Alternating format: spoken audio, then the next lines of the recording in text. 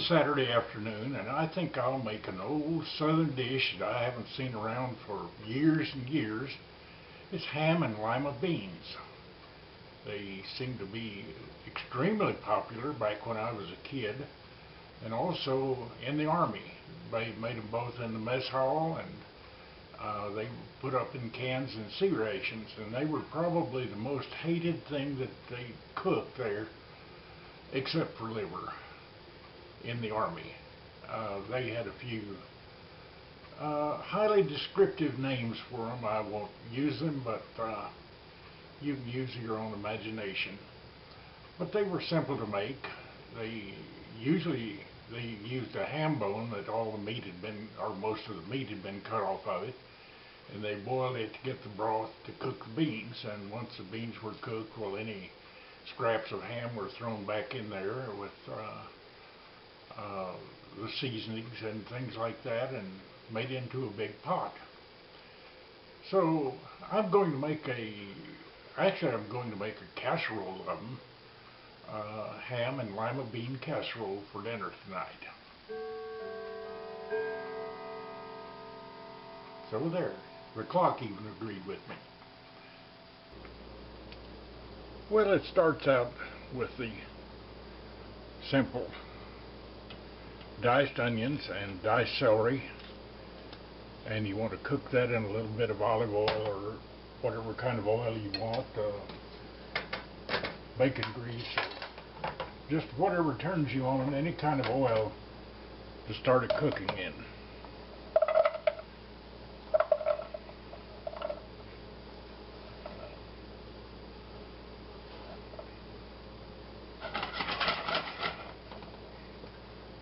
And we'll start that to cooking. And while this is going on, I'm going to discuss stoves.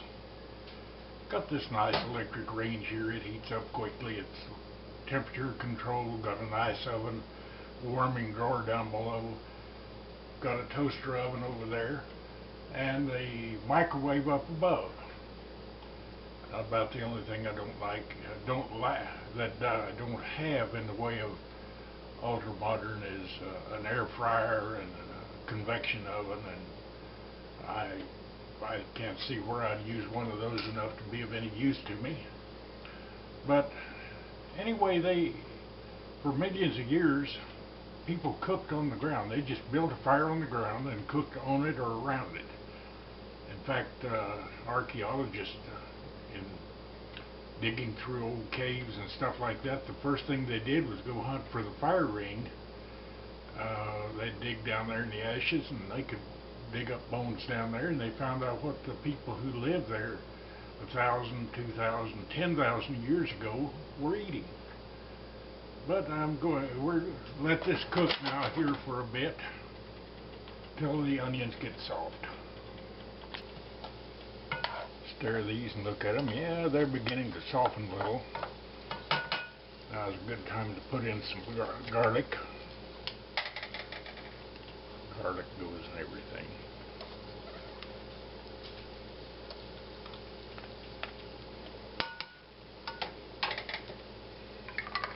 Yeah, I know fresh garlic is better and all of that, but you know, I do things the Cowboy's way, the easy way.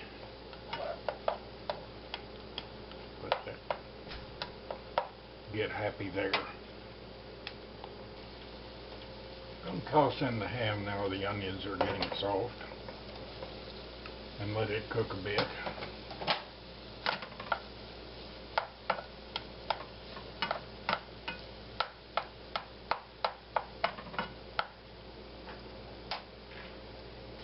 And for look and color, if nothing else, I'm going to throw in some frozen peas and carrots. Not a lot, about a small handful.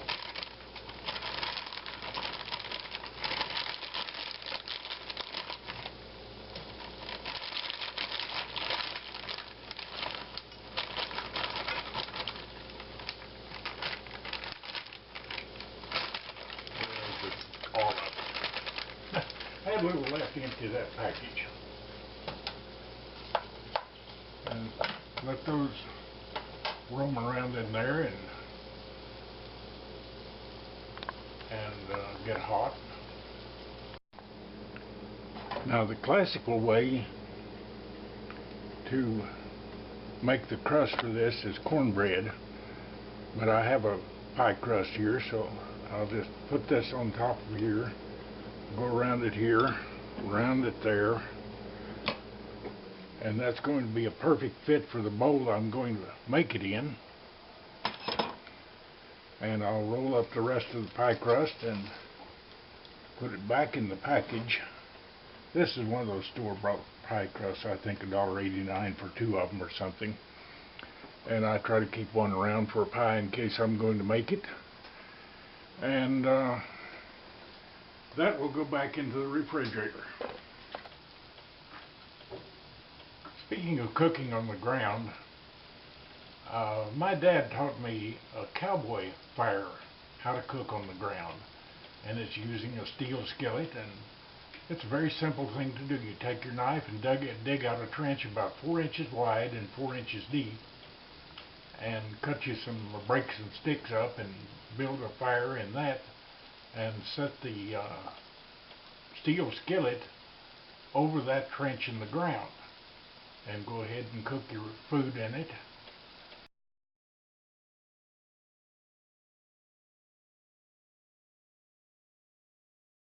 And when it's done, all you have to do is kick the dirt back in there, stomp it down. The fire is covered and safe and shows no signs of use. Oh, and by the way to clean a steel or iron skillet once you've cooked in it is pour some coffee in it. Swish it around and you've cleaned the skillet, and you've also made red-eye gravy. And sop your biscuit in that. Instead of cooking the lima beans, I bought a can of baby green lima beans flavored with bacon. And you know, that was the only can of lima beans I could find at Walmart. It was that one can sitting up there on the shelf. And I guess they're no more popular now than they were when I was in the Army.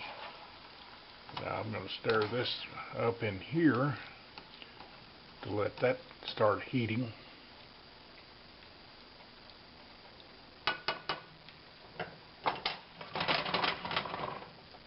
And the next thing after the open hearth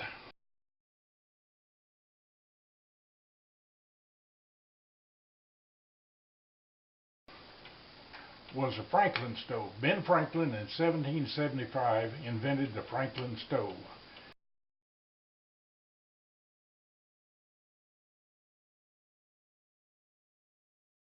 And it would fit in a hearth.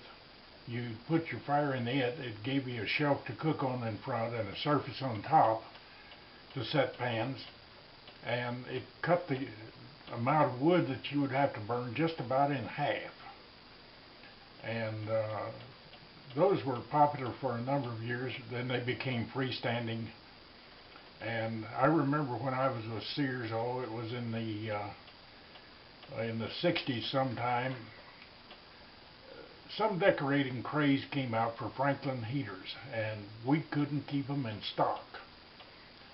They sold like hotcakes in the plumbing department there. Let this heat up and get happy there. Along in the 1800s, when cast iron became very popular, Majestic was the best known brand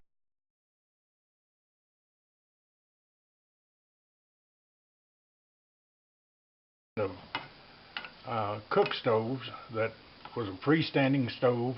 You had a stovepipe on it, of course, but you built your fire inside of it, and it had round surfaces you could take off to put a skillet on it directly over the fire, or set the skillet on top like you do on a flat top today. But those things weighed They weighed a half a ton. Took 6 men to move them. And I remember as a kid, one of my jobs each evening was to go out and get the kindling wood and the firewood for the stove for the next morning. And if I forgot to do it, I would get a shake along before daylight, and I'd have to get up and go out and cut the firewood and get the kindling and bring it in to make the fire in the kitchen stove for cooked breakfast. And I believe it was in 1971, I was flying a glider in New Mexico and got low and had to land. And there was an old house there, and I went up to it to see if I could use his phone, and found out he not only didn't have a phone, he didn't have electricity. And I had to ride a mule 3 miles to the closest place with a phone to call my crew to tell them where I was to come after me. I wrote a magazine article on that, and it was published, and it's in my website. I'll put a link to it in there. But the story is called A Glider, a Mule, and a Bottle of Scotch. And it'll show how the title came about in the story. If you'd like some reading, try that.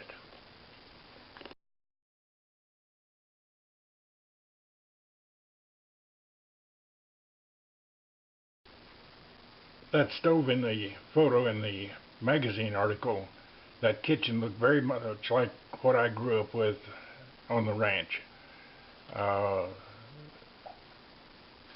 It looked like something out of my life about 80 years ago, and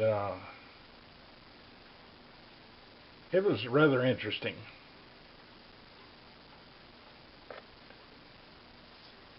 Now the final thing in here is some cream of chicken soup to make the gravy and the pot pie.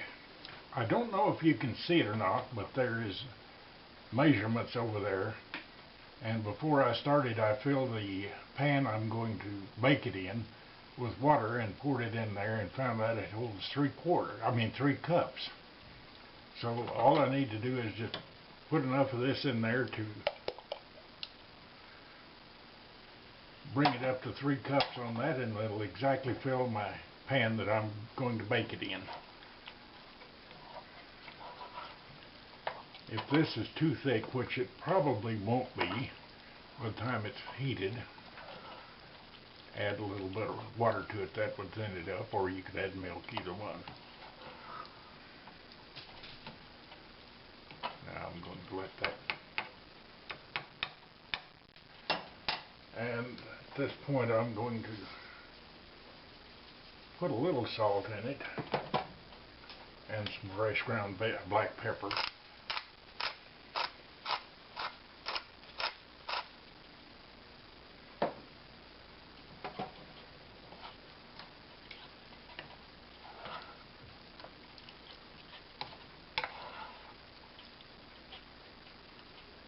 Now, I believe that's going to be just right for a pot pie. Let that get happy, and it looks like just a bare bit too much of it for the dish. We'll see how it works out. Well, it's bubbling now, so it's hot. Time to go in the baking dish.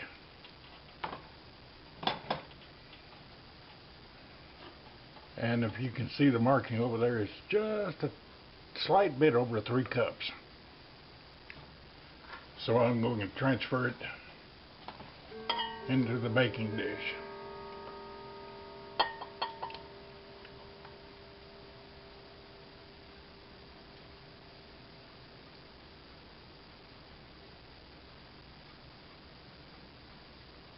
How about that? Perfectly filled a dish.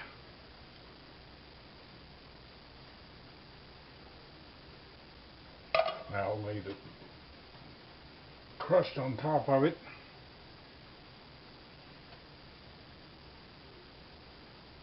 Oops. So I forgot to slit it a couple, 3 places for steam. Now that's going in the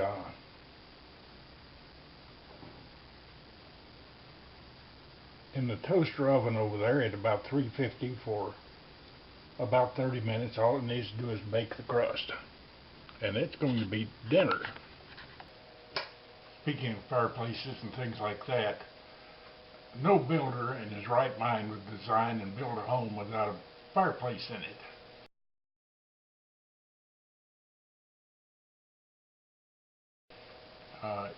Really, they're totally worthless. As far as heating, they probably suck more heat out than they produce. But the downside of them, and I've had one, is buying the firewood, carrying it in, shoveling the ashes, cleaning the thing out, and just as soon as you get a nice fire built in it, and it gets to putting out some heat, it's time to go to bed, and you've got to close up the screens on it so it doesn't pop out on the floor or anything. And after about 1 or 2 years of that, they buy a gas log and put in it anyway. But that's my story about how to cook in places. Hope you enjoyed it. When this is done, we'll take it to the table and give it a taste test. Gottfried is taken up there, and now mine.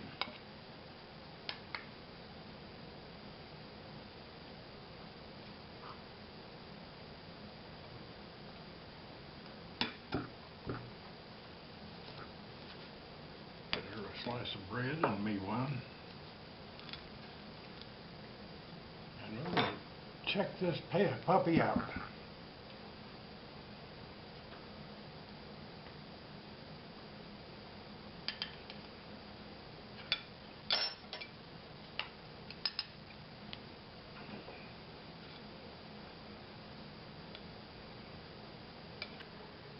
And here it is on the table. Have you had a chance to take a bite of yours yet, hon? No, I haven't. It sure looks good. Smells good, at least. Check this out.